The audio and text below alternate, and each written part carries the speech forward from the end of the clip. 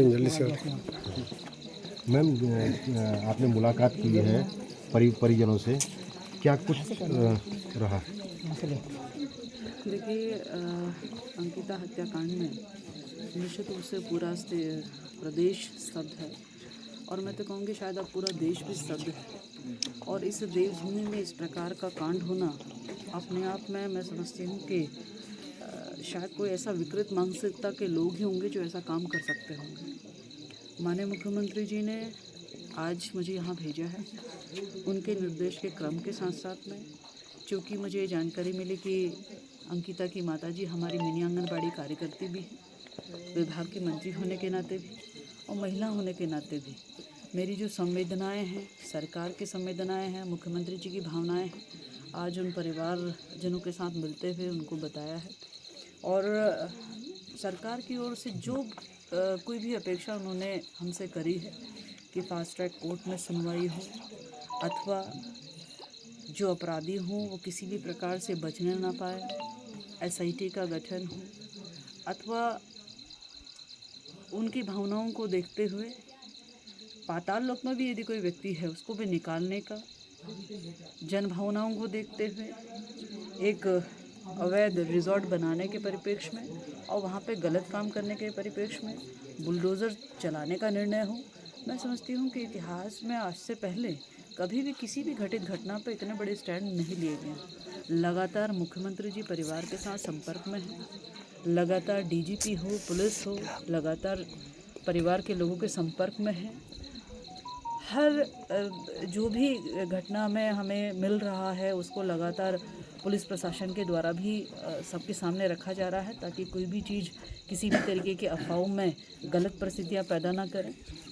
तो कुल मिला के सरकार अपनी ओर से, माननीय मुख्यमंत्री पुष्कर सिंह धामी जी लगातार ये प्रयास में है कि एक ऐसी नज़ीर प्रस्तुत हो कि भविष्य में किसी अंकिता के साथ में या उत्तराखंड की किसी भी बेटी के साथ में ऐसा जघन्य अपराध कोई करने की सोच भी ना सके। वो नज़ीर जो है हम लोग यहाँ पे, सरकार जो है यहाँ पे प्रस्तुत करने जा रही है। मैं महिला सशस्त्र बाल विकास मंत्री होने के नाते और हमारी मिनी आंगनबाड़ी कार्यकर्ती होने के नाते मेरी अपनी ओर से कोशिश है कि जो पौड़ी की जिला विधिक सेवा प्राधिकरण है वहाँ पर आपके द्वारा एक प्रार्थना पत्र देते हुए विभाग के अधिकारियों को अभी मैंने निर्देशित करा है कि इनका एक प्रार्थना पत्र वहाँ दे दे। जो भी राहत राशि इसमें हो सकती है वह राहत राशि जो है विभाग अपनी ओर से दिलवाने का काम करेगा। संभवतः जीवन तो नहीं लौटा सकते हैं, लेकिन फिर भी जिस प्रकार से आर्थिक हालात हैं उन हालातों को देखते हुए विभाग की कर्मचारी होने के नाते भी और महिला और मैं कह सकती हूँ इस पीड़ा में उनके हिस्सा होने के नाते भी मुझसे जो हो सकता है वो मदद पूर्णतः हम लोग पहुँचाएंगे मैम, और हाँ, माननीय मुख्यमंत्री जी ने यह संदेश उन तक तो पहुँचाया है मेरे माध्यम से, वह भी बहुत जल्द जो है परिवार के जनों के साथ में मुलाकात करेंगे। अपनी ओर से माननीय मुख्यमंत्री जी निश्चित रूप से जो भी एक वो लड़की आर्थिक अर्जन करने के लिए बाहर गई थी, परिवार को आर्थिक रूप से सहयोग करने के लिए बाहर गई थी, तो उसके इस सपने को कहीं ना कहीं जिस क्षणिक रूप में जितने रूप में भी सरकार मदद कर सकती होगी, माननीय मुख्यमंत्री जी जब आएंगे तो वो स्वयं में बताएंगे। मैम, एक चीज़ कहीं ना कहीं ये निकल के आ रही है कि जो उस गेस्ट हाउस में वीआईपी गेस्ट बताया जा रहा है, कई आरोप भी, कांग्रेस ने भी ये आरोप लगाए हैं कि साक्ष्य मिटाने का प्रयास ही सरकार द्वारा किया गया है। इस पे क्या कुछ कहेंगे? देखिए, यदि साक्ष्य मिटाने की ही यदि बात होती तो मुझे लगता है कि ऐसे लोगों को पार्टी से बाहर का रास्ता नहीं दिखाया जाता, ऐसे लोगों को आयोग जैसी वैधानिक संस्था से बाहर नहीं किया जाता। मैं समझती हूँ कि ये कार्रवाई अपने आप में साफ बताता है कि सरकार की मंशा क्या है। बुलडोज़र चलाने वाली बात है तो जनभावनाओं को देखते हुए और उसकी पुष्टि करते हुए तभी उस पर बुलडोज़र चलाया गया, अन्यथा मैं समझती हूँ कि निश्चित रूप से क्योंकि सब प्रक्रियाएं नियमों और कायदे कानूनों के अनुसार की जाती हैं, तो जब ये हम पूरी तरीके से पुलिस प्रशासन ये आश्वस्त हुआ कि हमने सब सबूत इकट्ठे कर लिए हैं, फॉरेंसिक जांच में सब कलेक्शन हो चुका है, बाकायदा उसकी वीडियो रिकॉर्डिंग हो चुकी है, उसके बाद में यह कार्रवाई की गई ताकि लोगों को ये डर रहे कि आगे कोई भी रिजॉर्ट वाले हों या यहाँ पे उत्तराखंड पे रहने वाला कोई दूसरा भी व्यक्ति जो बाहर से आए हों, और या यहाँ ही का रहने वाला व्यक्ति है, वो दूर दूर तक ना सोचेगा कि हम किसी बच्चे के साथ में इस प्रकार का अपराध करेंगे तो बच जाएंगे। तो मुझे लगता है कि उनको जड़ से उखाड़ने का जो है धामी जी की सरकार ने संदेश दिया है, जो कि स्वागत योग्य है। बाकी बेटी को तो नहीं लौटा सकता, लेकिन हम ये कह सकते हैं कि अगली कोई अंकिता इस प्रकार की शिकार नहीं होगी, ऐसा प्रयास हम लोग नज़ीर प्रस्तुत करने की कोशिश कर रहे हैं। मैम एक चीज़ और है, मैम एक चीज़ और देखी जा रही है, कहीं ना कहीं जैसे राजस्व क्षेत्र प्रभावी भी वहाँ पर देखी गई है, क्यों ना सरकार कुछ ऐसा कदम उठाएगी कि इसमें रेगुलर जो पुलिस रहती है उसको राजस्व मतलब पटवारी से ये काम ना करवा के रेगुलर पुलिस से करवाया जाए। देखिए, निश्चित रूप से मुझे लगता है कि रेगुलर पुलिस की आवश्यकता अब बिल्कुल ग्रामीण क्षेत्रों में भी उसकी आवश्यकता जो है अब बढ़ती हुई दिख रही है।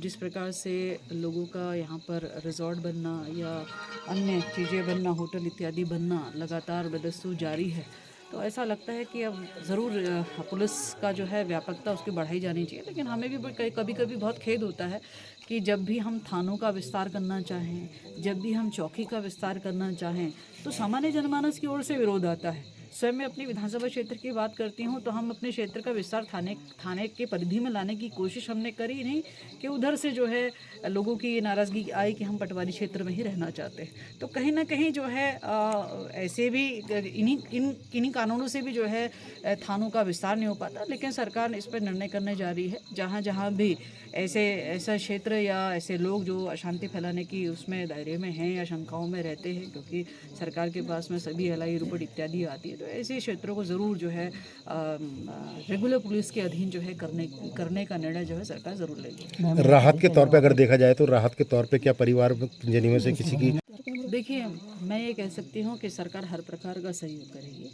अभी जैसे उनकी माताजी जो है मिनी आंगनबाड़ी कार्यकर्ती हैं, हमारी ओर से कोशिश है कि मिनी आंगनबाड़ी केंद्र जो है वो उच्चीकृत हो जाए और वह आंगनबाड़ी कार्यकर्ती के रूप में जो है वह स्थापित हो जाए। हम इसको लेकर जल्दी से जल्दी जो है, क्योंकि ये निर्णय तो भारत सरकार ने करना है, लेकिन हमारी ओर से प्रस्ताव जाने वाला है। तो ये जिस मिनी आंगनबाड़ी में काम कर रही हैं उसको उच्चीकृत करते हुए मेन आंगनबाड़ी कार्यकर्ती के रूप में इनको स्थापित किया जाएगा। और इसके अतिरिक्त आर्थिक रूप से मैंने अभी जैसे कहा कि विभाग अपनी ओर से ये प्रयासरत है कि जिला विधि सेवा प्राधिकरण के माध्यम से, जो क्योंकि वो उसका प्रोसीजर है, उसमें प्रयास विभाग के हमारे अधिकारी करेंगे और जो आर्थिक मदद हो सकती है वो आर्थिक मदद उन तक पहुँचाएगी। अभी कहीं ना कहीं देखा गया है कि जिस तरीके से आप ढांढस बंधवा रोने पे मजबूर हो गई हैं, कहीं ना कहीं दर्द आपने भी महसूस किया है, क्या कुछ कहेंगे इस पे? देखिए, मुझे लगता है कि दर्द मुझे ही महसूस नहीं हुआ है, पूरा उत्तराखंड जो है अंकिता के लिए रो रहा था।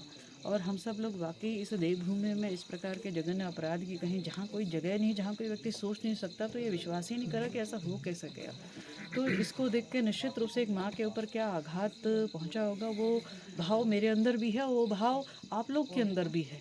और अंकिता की माँ से जो आंसू छलक रहे थे, तो स्वाभाविक रूप से मैं भी एक बेटी की माँ हूँ, मैं उस दर्द को समझ सकती हूँ। तो उस भाव में स्वाभाविक रूप से आना जो है, मतलब जो वो बैठा होगा वो आएगा।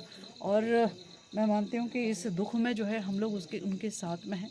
इस दुख के बराबर मैं कह सकती हूँ कि हम लोग सांत्वना एक मानवता के नाते दे सकते हैं, लेकिन उनको अपना मन खुद ही मजबूत करना होगा।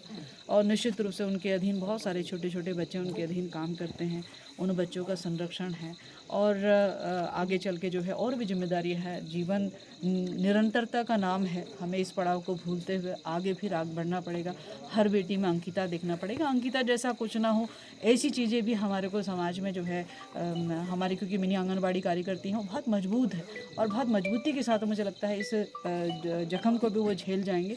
ईश्वर उनको हिम्मत दे। आज नवरात्रि का पहला दिन भी है, माँ उनको पूरी ताकत दे। ऐसे में माँ से प्रार्थना करती हूँ, वो भी एक माँ है और एक माँ के दर्द को समझेगी, निश्चित रूप से उनको हिम्मत और ताकत जो है ज़रूर देगी। मैम कहीं ना कहीं देखा गया ज्ञापन पूर्व मुख्यमंत्री हरीश रावत जी को दिया गया था, उसमें कुछ बिंदु थे जैसे सड़क है और रोजगार को लेकर ग्रामीणों ने काफ़ी बिंदु उसमें रखे गए हैं, क्या सरकार उसमें संज्ञान लेगी?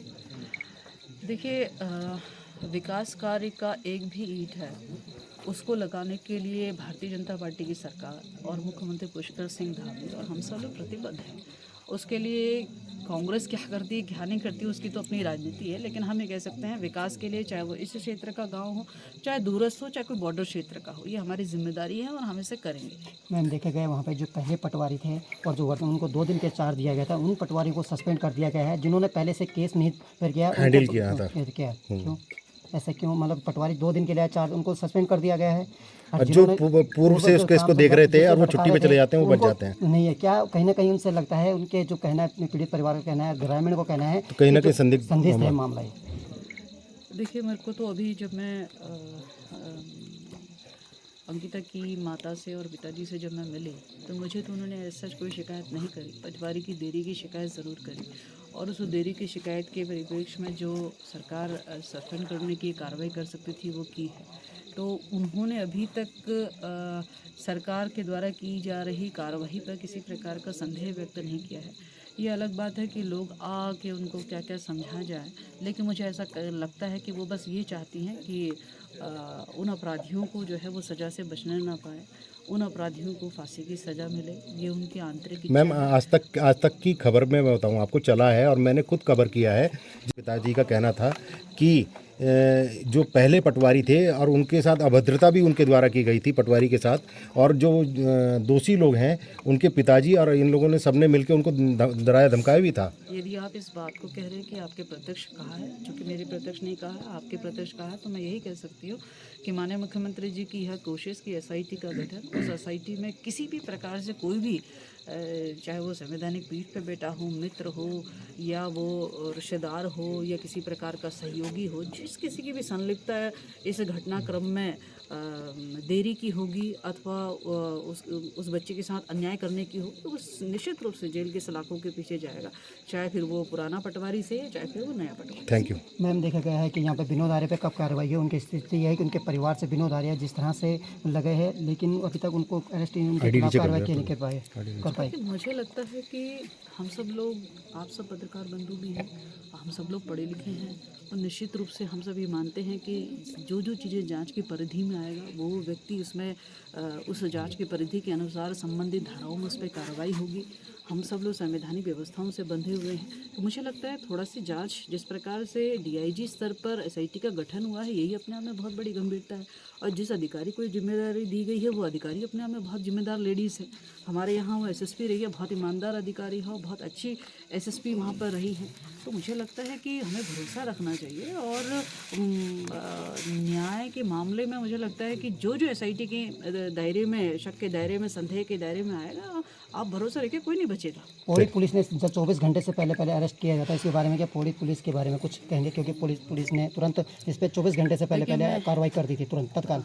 देखिए, मैं ये कहूँगी कि इसको नीचे करो, आईडी को पौड़ी की और नीचे पुलिस करो।